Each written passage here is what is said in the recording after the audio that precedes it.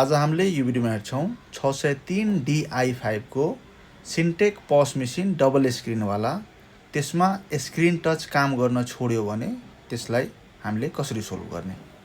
सबभन्दा फर्स्ट हामीले बुझ्नु पर्यो कि स्क्रिन टच किन काम गर्न छोड्छ।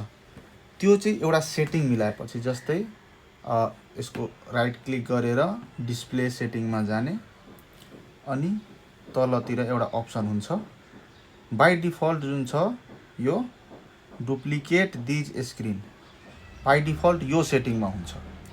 अब सफ्टवेयर सेटअप गर्न आउने मान्छेले त्यसमा जरुरत हुन्छ अथवा जे भए पनि यो सेटिङलाई कसैले चलाएर एक्सटेन्ड दिज डिस्प्ले यो सेटिङमा ल्याएपछि अब यो स्क्रिन टच काम गर्न बन्द भइहाल्छ ठ्याक्कै।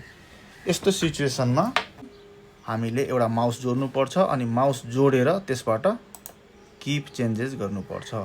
अब कीप चेन्जेस गरेपछि माउसले चलाउन मिल्यो, तर अब हामीले यसमा टच गर्यौं भने टच कामै गर्दैन। अब यसको सोलुसनको लागि सबभन्दा फर्स्ट हामीलाई कन्ट्रोल प्यानलमा जानु पर्यो। कन्ट्रोल प्यानल यहाँबाट अप्सन आउँदैन। सबभन्दा बेस्ट अप्सन भनेको राइट क्लिक गर्ने, पर्सनलाइजमा जाने, थिम्समा क्लिक गर्ने, त्यसपछि डेस्कटप आइकन सेटिङमा जाने अनि यहाँ कन्ट्रोल प्यानलमा टिक लगाइदिने। अब यो कन्ट्रोल प्यानलको अप्सन जुन छ डेस्कटपमा ठ्याक्कै आइहाल्छ। अब कन्ट्रोल प्यानलमा डबल क्लिक गर्ने अनि यो सेटिङमा हामीले खोज्नुपर्छ ट्याब्लेट पीसी सेटिङ। कहिलेकाहीँ यो स्मल आइकनमा छ भने पनि यहाँ ट्याब्लेट पीसी को सेटिङ भेटिन्छ। लार्ज आइकनमा भए पनि जस ट्याब्लेट पीसी सेटिङमा क्लिक गर्ने, त्यसपछि यहाँ configure your pen and touch display यो सेटअप भन्ने अप्सनमा क्लिक गर्ने। अब हामीले फिङ्गरले एकचोटि टच गरिदिनु पर्छ। अब स्क्रिन टच फेरि काम गर्न थालिहाल्छ। यति गरेपछि अब हाम्रो स्क्रिन टच फेरि काम गर्न थाल्यो।